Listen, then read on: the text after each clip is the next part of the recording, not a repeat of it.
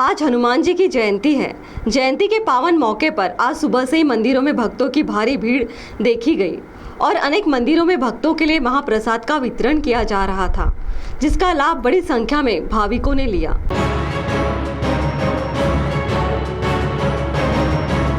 आज दाता प्रभु श्री राम भक्त संकट मोचन हनुमान जी की जयंती है और हनुमान जी को भक्त शिरोमणि के रूप में पूजा जाता है। जैसा वे प्रभु राम जी के बहुत बड़े सेवक और भक्त हैं। आज हनुमान जी की जयंती शहर में अनेक स्थानों पर मनाई जा रही है और लगभग सभी मंदिर में प्रसाद बांटा जा रहा है और हर तरफ उनकी महिमा का गुणगान किया जा रहा है। वहीं पानी टंकी के पास भी एक हनुमान जी का मंदिर है और बड़ी संख्या में भक्तगण यहाँ पर पूजा अर्चना के लिए जाते हैं और मंगलवार और शनिवार को यहाँ पर काफी भीड़ रहती है। वहीं आज हनुमान जयंती के दिन भक्तों ने यहाँ जाकर पूजा अर्चना की, हनुमान चालीसा का पठन किया, साथ ही हनुमान जी की आरती भी की और आज सुबह से ही इस मंदिर में भक्तों की भीड़ लगी हुई थी।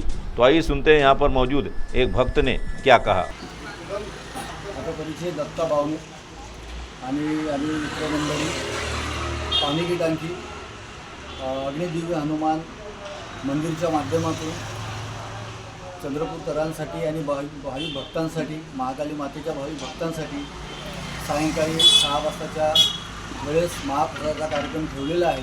तरी संपूर्ण चंद्रपूरवासियांनी याचा लाभ घ्यावा अशी आम्ही सर्व मित्रमंडळी आपणास विनंती करतो।